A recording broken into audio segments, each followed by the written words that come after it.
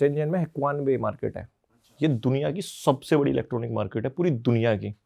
इसके बारे में डिटेल में बताता हूँ कि ये पहले मछुआरों का शहर था, ठीक है, 80 के दशक में। तो 80 के दशक में इन लोगों ने डिसाइड किया था 1950 आई थिंक 59 या 49 के आसपास, 3-4 साल में इन्होंने बहुत ज़्यादा ड्रामेटिक चेंज किया था कंट्री में, जब ये पूरे एग्रीकल्चर पे डिपेंड थे, बट इन्होंने डिसाइड किया अब हमें इंडस्ट्रियल पे आना है। तो उस टाइम पे एक मछुआरों का गाँव हुआ करता था।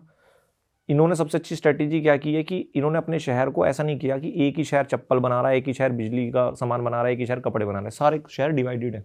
तो Shenzhen is the electronic hub और ग्वांगझो उसके बराबर में वो कपड़ों का है।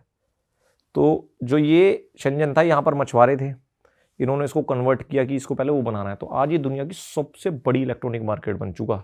If I am not wrong 500 billion के आसपास इस पूरे शहर का ही जीडीपी है, मतलब काफ़ी देशों से बड़ी। और जो एवरेज इनकम है इसमें वो $24,000 है पर बंदे की। तो मतलब 24 लाख के आसपास, तो 2 लाख रुपए कमाता है, तो काफ़ी अच्छा डेवलप है। तो यहाँ पर मैं ये इसी माइंडसेट से गया था कि यहाँ जो टैग मिलेगा ना वो शायद कहीं नहीं मिलेगा। तो मार्केट अगर आप घूमते हो तो आपको वही टैग मिलेगा जो चलता है, समझ रहे हो।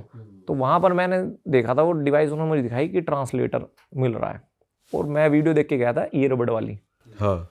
तो भाई वो ट्रांसलेटर इतने एडवांस हैं, इतने सही काम करते हैं, मतलब आप फ्लर्ट भी कर लो इससे पूरी, ऐसे जैसे आप नॉर्मल बात कर रहे हो। तो मैंने वहाँ से वो खरीदा था, मुझे आई थिंक 4 या 5 हज़ार का। अब इनके पास थे 50,000 वाले भी। इतनी सारी वैरायटी, बहुत वैरायटी। पर वो एक मैं देख रहा था चश्मे भी है जो ट्रांसलेट कर देते हैं, तो वो ट्रांसलेट होके कान में सुनाई देता है सामने वाला क्या बोल रहा है, और आप जो बोल रहे हो वो सामने वाला कैसे समझेगा?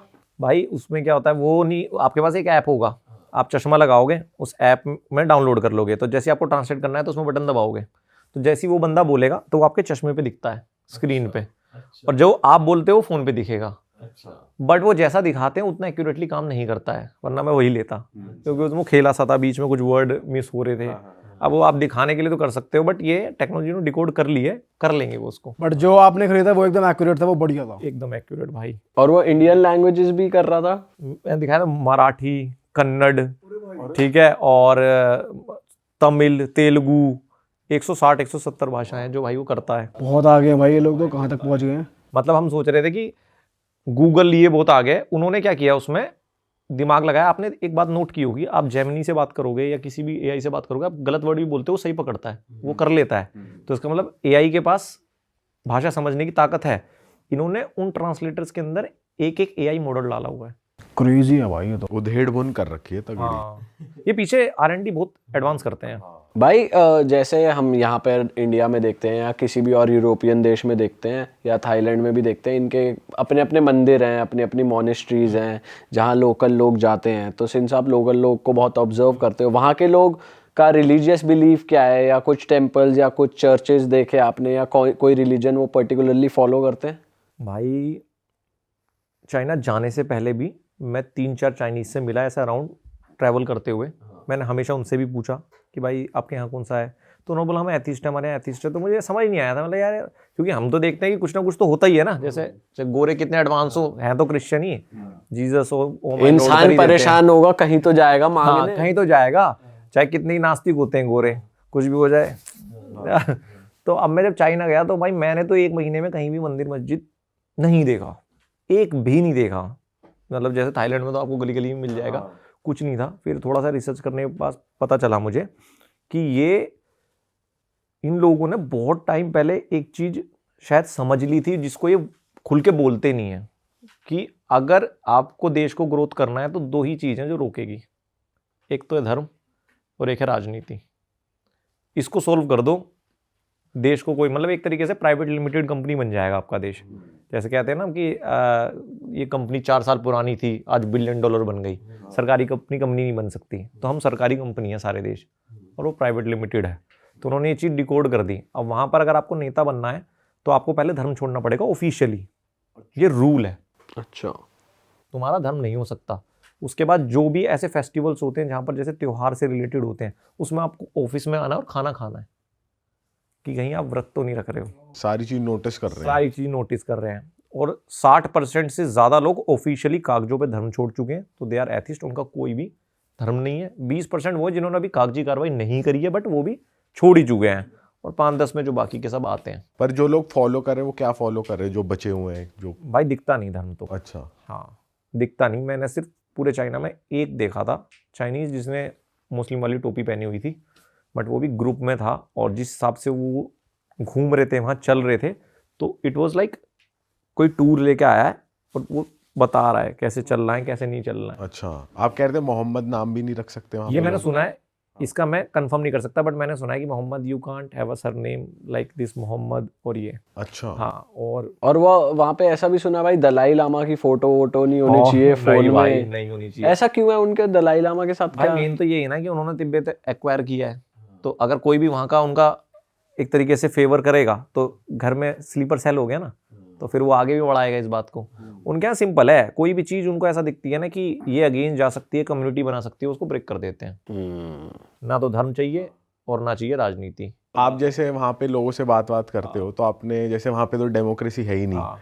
तो वो कुछ कहते हैं इस चीज़ के बारे में कि भाई हमें चाहिए, या क्या सीन है? मुझे लगता था कि इनको चाहिए होगी, बट ये बेचारे घुट रहे हैं, है ना। भाई मेरा मानना तो यही था कि हम तो बोलते हैं कि आज़ादी तो आज़ादी होती है, बट एक बंदे ने मुझे बहुत लॉजिकल बात बताई जिस एंगल से मैंने कभी सोचा ही नहीं। मैं था चोंगकिंग में, चोंगचिंग है या चोंगकिंग है, वो जो 380 सिटी है, तो उसमें मैं वीडियोस बना रहा था। तो बंदा पता लगा ही लेता है कि भाई ये व्लॉगर है, वीडियो बना रहा है। तो मैं जाके बैठा, तो बहुत ज़्यादा गर्मी थी उस टाइम पे, तो बंदा मेरे पीछे बैठा था, 2-4 लड़कियाँ थी, वो ग्रुप था पूरा। तो बोला यार आप व्लॉगर हो? मैंने बोला हाँ। तो उसने मेरी प्रोफाइल देखी और यार हमने पहली बार किसी मतलब ऐसे कंटेंट क्रिएटर से मिले हैं, कितने फॉलोवर हो। तो बात होने लगी, और उस ट्रांसलेटर से ही कर रहा था मैं, वरना तो कहाँ कर पाते हैं बहुत, तो इसलिए अच्छी से बात हो पा रही थी। तो वो बोला आप इंस्टा दे दो मुझे। यार इंस्टा, यार तेरे यहाँ तो इंस्टा चलता नहीं, तुम्हारे यहाँ तो चलता नहीं। तो वो कह रहा है कि मैं ना सरकार के उस विभाग में काम करता हूँ जिसमें मेरे पास एक्सेस है। अच्छा, तो इसका मतलब एक तो बात देखो कि उनकी गवर्नमेंट भी एक्सेस लेती है, मतलब ये जो हम वीडियोस देख रहे हैं ये गवर्नमेंट ही उसको प्रमोट करती है कि भाई हम तो कर सकें, बट हमारे अंदर ना आ सके जो ये कंटेंट डालते हैं।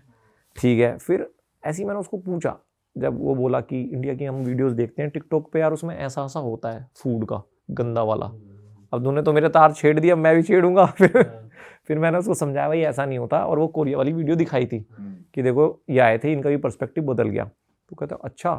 तो मैंने बोला अब तू मुझे एक बात बता कि तुम्हारे यहाँ जैसे डेमोक्रेसी नहीं है भाई, ठीक है कि, और सबसे बड़ी बात ये थी कि उनके लिए बहुत बड़ी बात थी कि मैंने जब उनको बताया ना मैं ट्रैवल व्लॉगर हूँ, मैं ट्रैवल करता हूँ, इस देश में जाऊँगा, और हम तो कभी नहीं जा पाएंगे। मैंने क्यों? तो कहते यार पैसा ही नहीं है।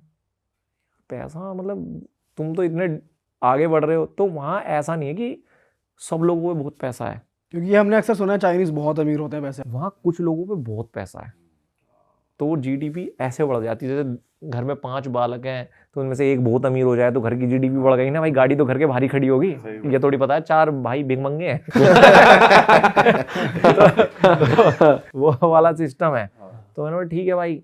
तो वो बोला कहाँ जाए? मैंने थाईलैंड वाईलैंड चला जाइए, ऐसी बात हुई। फिर मैंने उसको ये बोला कि भाई तुम्हारे यहाँ जैसे डेमोक्रेसी नहीं है तो आपको लगता नहीं?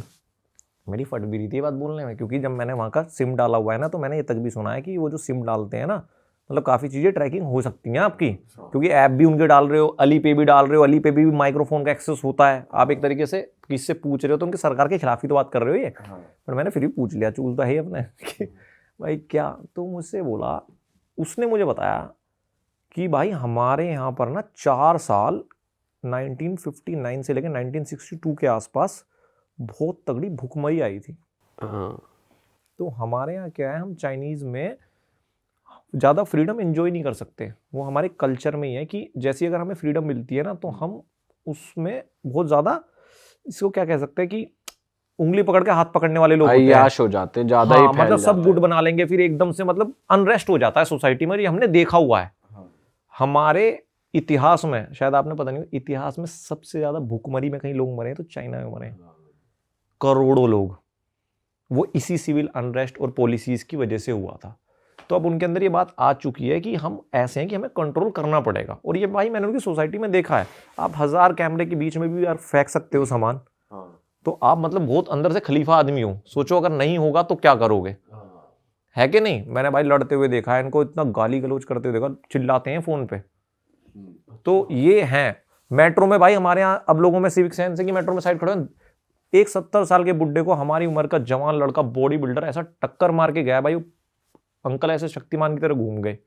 ठीक है, मैं एक बार पीछे भी निकला, उतरने के लिए थोड़ा पकड़ लूँ भाई, क्या यार देख ले, और वो जानबूझ के मार के गया है। और यंगस्टर्स का देखा आपने, कुछ नाइट लाइफ देखी वहाँ, वो पीने के बाद क्या हरकतें हो रही हैं, स्ट्रीट्स कैसी हैं, सेफ है नहीं है, या कुछ ऐसे कोई आपको बोल देता है कुछ भी चलते फिरते, ऐसा हो रहा है? जैसे यूरोपियन कंट्रीज़ में हमने बहुत देखा है कि लॉन्डो का ग्रुप चल रहा है तो वो किसी अकेले जाते हुए कोई या लड़कियों को ही छेड़ देंगे, वो भी बहुत बदतमीज होते हैं यूरोपियंस। तो ऐसा कुछ देखा आपने चाइनीज़ यूथ में कि ऐसा कुछ चल रहा है? यार देखो, ऐसा तो मैंने नहीं देखा, उनका मतलब एग्रेशन मैंने बिहेवियर के अंदर ही नोटिस किया है।